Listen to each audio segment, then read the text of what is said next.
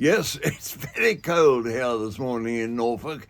The temperature was -2 when I got up for breakfast. But don't worry, Peter Christian have wonderful clothes for every possible temperature. So all you've got to do is look at their website and you will see what you can get, from wonderful cords and lovely bathing things too if you're in the sun in Australia, and of course jerseys, and goodness knows wasn't coats like this, I'm sure. So there you are, bung in your order to Peter Christian. They'll shove on a discount, that's very important, and then they'll get back to you and you'll be in business. Now, cricket. Well, it was a very, very chilly day for England, and I'm afraid it's time for another obituary notice. At the end of the third day's play, Australia 518 for 7. They're 134 runs ahead.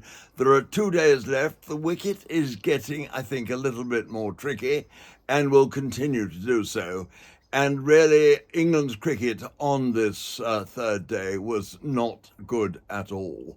The morning session was extremely bad for England. Australia resumed at 166 for 2, and Travis Head was 91. Well, the story of the morning was really bad bowling. Why is it that England's bowlers could never in this series get the ball in the right areas?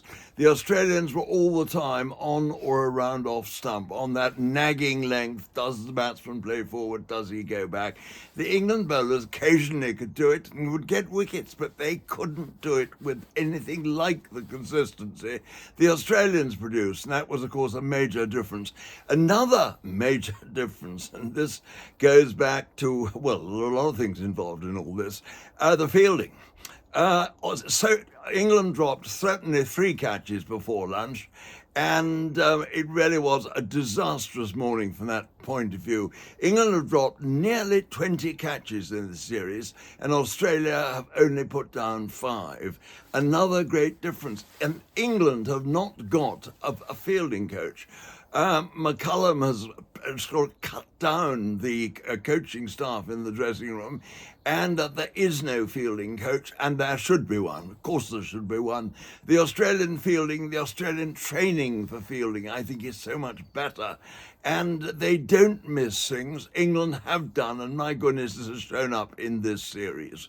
This morning we had Travis Head, when he was 121, pulled the ball into the deep, and Will Jacks, who of course had caught one of the great catches of the series in the Brisbane Test when he caught Steve Smith at backward square leg, now dropped.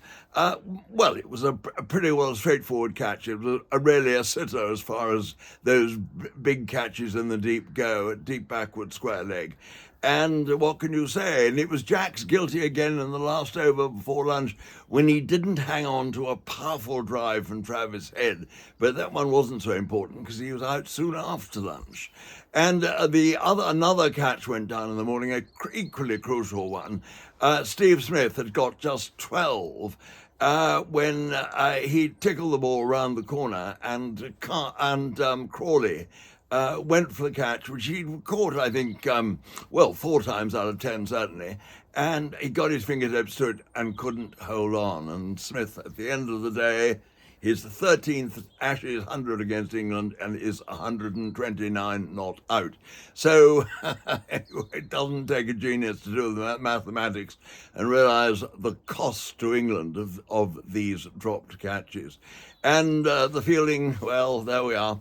England stuck to their task as well as they could. As I say, the bowling was not good. And Stokes' captaincy, I thought, was a little bit wobbly. He decided himself to come on and bowl 7 overs before the new ball was due. I think he obviously felt that he was the best bowler on the first day, and if he could get the breakthrough early on the second day, well, this would be the best possible start for England. But when the new ball came just before lunch, Stokes was temporarily spent, needed a rest, and he entrusted the new ball to Carse, who he's always gone for. And Carse, although he's not really bowled the ball in the right place, has got a knack of taking wickets, and is England's leading wicket taker in this series, picking up 3 more today. And at the other end, we had Potts. Now, Matthew Potts bowled splendidly for England when he first played, which was 4 years ago in 1922. Shows how old I am. in 2022. But this time he hadn't had any cricket at all in Australia, really, any serious cricket. And I mean, he hasn't been in the Test side. Suddenly catapulted into the side for this last match, and he's not been up to it. 25 overs, none for 141, and he's played the ball, I'm afraid, all over the place, and was treated mercilessly by first Head and then later by Steve Smith when he made this, as I say, this splendid 100. And what a batsman he is. He's now made 37 Test hundreds, and I say 13 against England. And the only Australian to have scored more hundreds in the Ashes matches against England was the great Don Bradman with 19. Well, now, the first wicket that fell was that of Michael Neser, the night watchman. But he hung around he faced 90 balls, made 24 runs, including 4 fours, and did a great job. And what a great series he's had. He's 35. He's took 5 wickets in innings in Brisbane. He's been there or thereabouts all the way through these later Test matches in which he's played, and now did a splendid job as a night watchman before getting a tickle to one outside the off stump from Cass. As I say, Smith came in. He was dropped just before lunch by Crawley when he had made 12. Then after lunch, Bethel came on to bowl, and Jacob Bethel, these orthodox left-arm spinners, and he got his first Ashes wicket when he trapped Travis Head LBW. Travis Head had a great big slog sweep, really, with the spin, being a left-hander, and it hit on the pad, and the umpire gave him out. Head appealed, and the ball would have hit the leg stump, so he had to go. So that was a momentary relief for England. But with Smith in control at the other end, partnerships were consistently being built, sort of 50-run partnerships, and England never really got their foot into the Australian door.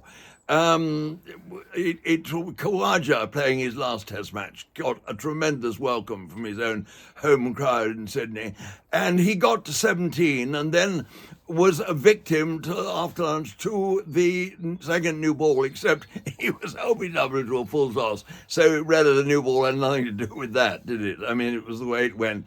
And then Carey came, he made 16 and looked in reasonable form before he turned tongue to leg slip where Bethel took the catch. And then Cameron Green came in. He made 37 and looked to be batting fairly well until he holed out of Cass to deep mid-wicket where Duckett once took the catch. Duckett yesterday was another villain of dropped catches. When he dropped Weatherall, the opening batsman, an easy catch, a straightforward catch. Oh dear. Saga goes on, doesn't it? And anyway, after Cameron Green, we then had an extraordinary, lovely gentleman's smoking cap falling off. Webster took Cameron Green's place, batted extremely well, coming in very low down, didn't he? He was coming number 9, as it so happened, of course, with the night watchman and Neser going in yesterday. Everyone went down 1. And he is 40 not out. He's put on 81 with Smith. And at the moment, I mean, these two can get started in the morning, and Australia get that lead to over 200. One can see England losing this match by an innings, and oh dear. But still, I suppose it would somehow be a summary of the way it's all gone in Australia. And it makes one think how lucky they were with that 4-wicket victory in Melbourne. So there it is, the grim news. Australia 518 for 7, 134 runs ahead of England's 384, and another defeat staring England in the face.